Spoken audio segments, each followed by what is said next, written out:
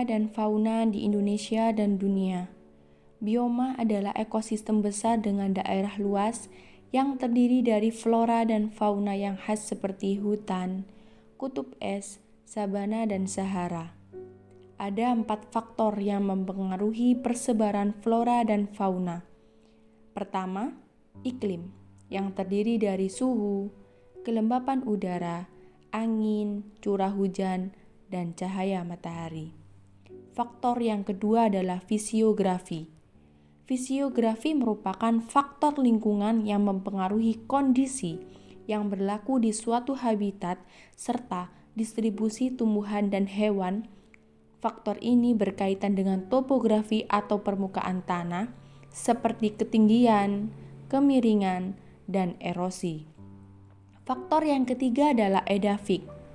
Edafik merupakan faktor yang bergantung pada keadaan tanah, kandungan air, dan udara, serta organisme yang hidup di dalamnya. Kondisi tanah atau edafik merupakan salah satu faktor yang mempengaruhi para makhluk hidup, terutama tumbuhan. Dalam edafik sendiri ada 6 parameter kesuburan tanah. Yang pertama, tekstur tanah. Kedua, tingkat kegemburan tanah. Ketiga, mineral organik. Keempat, mineral anorganik. Kelima, kandungan air tanah. Dan yang terakhir, kandungan udara tanah. Yang terakhir adalah komponen biotik. Komponen biotik adalah komponen yang ada di dalam ekosistem yang berupa makhluk hidup. Contohnya, tumbuhan, hewan, manusia, dan mikroorganisme. Pada setiap komponen biotik mempunyai peran masing-masing dalam pemenuhan kebutuhan makanan sehingga dapat membantu proses ekosistem berjalan dengan seimbang. Persebaran flora dan fauna di dunia. Pola persebaran flora di dunia dapat dipahami melalui bioma. Biasanya ditransmigrasikan berdasarkan vegetasi yang dominan dalam sebuah wilayah regional yang luas. Karena setiap daerahnya memiliki ciri khasnya masing-masing, maka dari itu ada beberapa zona yang tersebar di dunia, di antara lain tundra alpin dan Arktika. Zona vegetatif ini ditemukan di ketinggian dan garis lintang tertinggi. Komunitas ini juga terdiri dari lumut, rumput, semak-semak rendah. Tundra Arktika merupakan tundra di wilayah kutub utara dan kutub selatan, sedangkan tundra alpin ditemukan di gunung yang cukup tinggi sehingga pertumbuhan hutan terbatas karena kondisi terlalu dingin atau kekuatan angin yang terlalu tinggi. Di Indonesia, daerah tundra alpin dapat ditemukan di sekitar pegunungan Puncak Jayawijaya.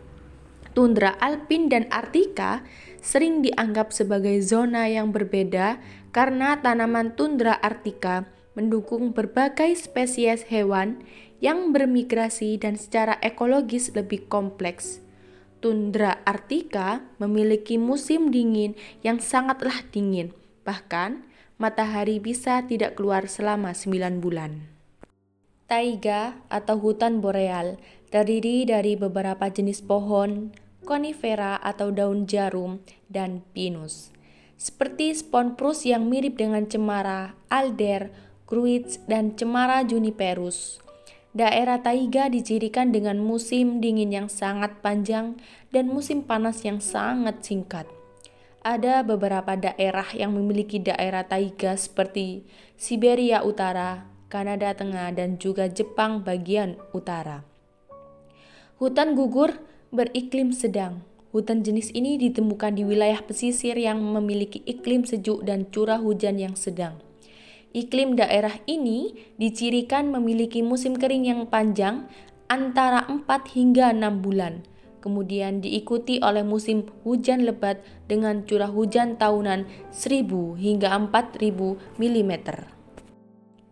Kawasan hutan gugur beriklim sedang terutama ditemukan di Eropa Barat, Tiongkok Timur Laut, Korea Selatan, Jepang, Amerika Serikat bagian timur laut, Cina Selatan, dan Selandia Baru. Yang keempat, Hutan selalu hijau subtropis. Hutan selalu hijau subtropis ditemukan di daerah subtropis lembab dengan musim dingin ringan dan curah hujan yang cukup sepanjang tahun. Pohonnya berdaun jarum dan lebar. Hutan seperti ini biasanya ditemukan bagian tenggara Amerika Serikat, Tiongkok Selatan, dan juga Jepang Selatan. Yang kelima, padang rumput beriklim sedang. Padang rumput ini hanya ditumbuhi rerumputan karena memiliki musim hujan yang sangat singkat. Di negara Uni Soviet yang sekarang menjadi Rusia, padang rumput ini disebut stepa, dan di Afrika Selatan disebutnya adalah veld. Zona vegetatif yang menyangkut padang rumput tinggi dan padang rumput pendek adalah di Amerika Utara, stepa Asia Tengah, dan Kampasa Argentina.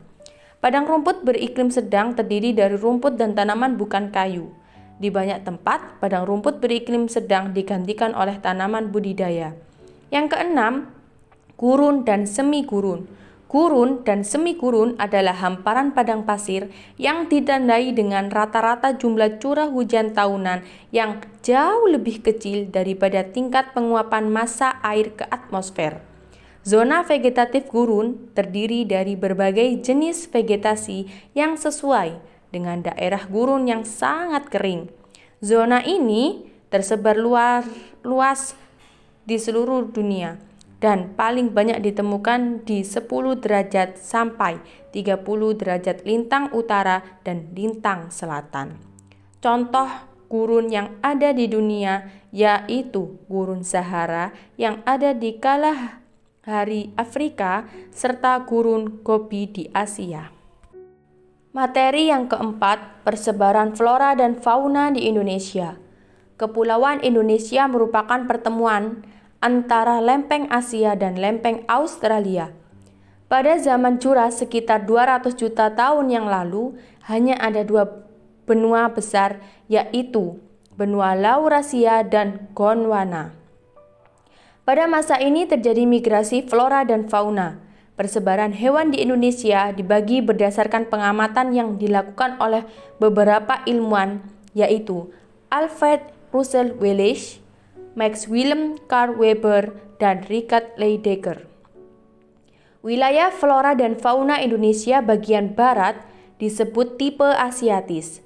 Pembagian tipe Asiatis dibatasi oleh garis Wallace, yaitu sebuah garis khayal utara selatan yang terletak antara Kalimantan dan Sulawesi serta antara Bali dan Lombok.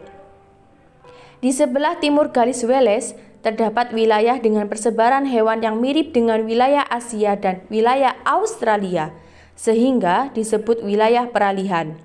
Wilayah peralihan ini mencakup timur, Sulawesi, Sumba, Sumbawa, dan Lombok. Dan di sebelah timur, garis Weber didominasi oleh hewan yang mirip dengan hewan Australia, sehingga disebut tipe Australis. Tipe Australis hanya berada di Pulau Papua dan kepulauan kecil di sekitarnya. Persebaran flora di Indonesia menurut Van Settenis, seorang ahli hutan Belanda, berpendapat bahwa ada sekitar 25.000 macam tumbuhan berbunga dan 1.700 tumbuhan yang tidak berbunga yang tersebar di seluruh wilayah Indonesia. Kawasan flora ini terbagi atas 4 wilayah. Yang pertama, wilayah flora Sumatera dan Kalimantan. Contoh dari wilayah ini adalah Rafflesia, anggrek, dan paku-pakuan. Yang kedua, wilayah flora Jawa Bali. Dalam wilayah ini, floranya adalah pohon jati, pinus, cemara, dan lain-lain. Wilayah yang ketiga adalah wilayah dari flora Kepulauan Wallacea atau Pulau Sulawesi, Kepulauan Nusa Tenggara, Pulau Timur, dan Kepulauan Maluku. Dalam wilayah ini, contoh floranya adalah pala, cengkeh, lontar, dan lain-lain. Dan wilayah yang terakhir adalah wilayah flora Papua. Dalam wilayah ini, contohnya adalah eukaliptus. Persebaran fauna di Indonesia. Pola persebaran fauna di Indonesia mengikuti pola persebaran flora di Indonesia. Sebagaimana persebaran flora di Indonesia, persebaran fauna di Indonesia juga terbagi atas 3 wilayah.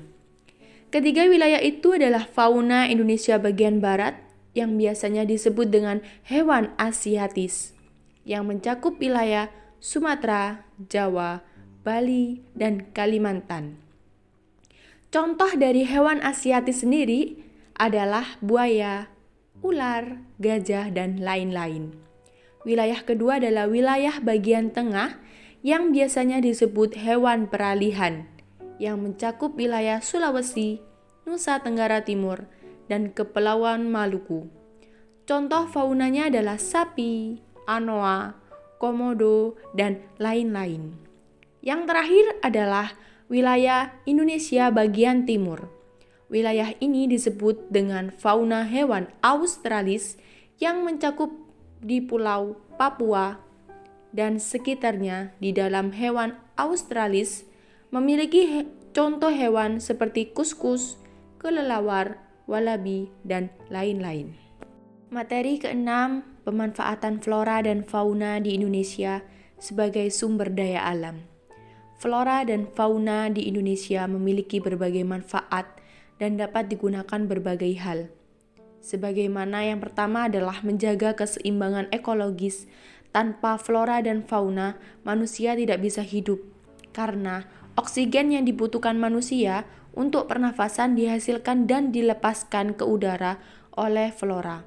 Sebaliknya, karbon dioksida yang dihasilkan fauna dibutuhkan oleh flora untuk proses fotosintesis, dan di samping itu, manusia membutuhkan flora dan fauna sebagai makanan, obat-obatan, dan juga air.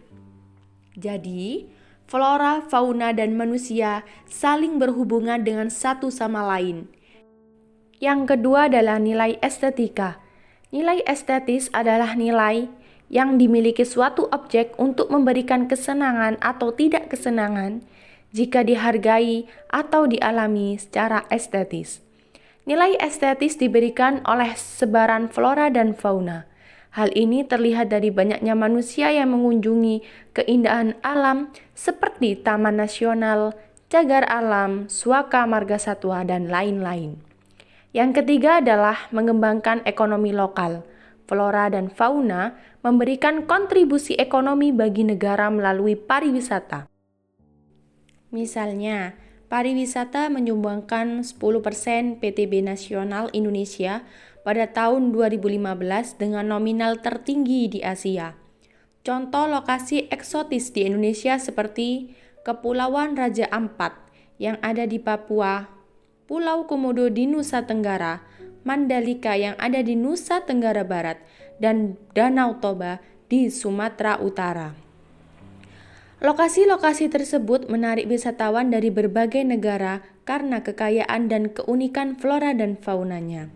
Kelima, konservasi flora dan fauna di Indonesia yang ada di dunia. Konservasi ini sendiri merupakan pengelolaan biosfer secara aktif yang bertujuan untuk menjaga kelangsungan keanekaragaman flora dan fauna, serta pemeliharaan genetik di dalam suatu spesies, termasuk juga pemeliharaan fungsi biosfer. Seperti ekosistem di Indonesia memiliki 300 spesies hewan dan tumbuhan dengan 8.000 spesies teridentifikasi.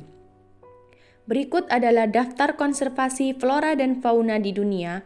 Pertama, Guadalupe merupakan pulau-pulau vulkanik yang terletak di Meksiko. Kedua adalah Kepulauan Galapagos. Islain, Kepulauan Galapagos terletak di Samudra Pasifik sekitar 1.000 km dari pantai Ekuador. Cagar Alam Wolong terletak di Kabupaten Huichan, Provinsi Sichuan yang ada di Tiongkok. Tempat konservasi flora dan fauna di Indonesia yang pertama adalah Taman Nasional Ujung Kulon.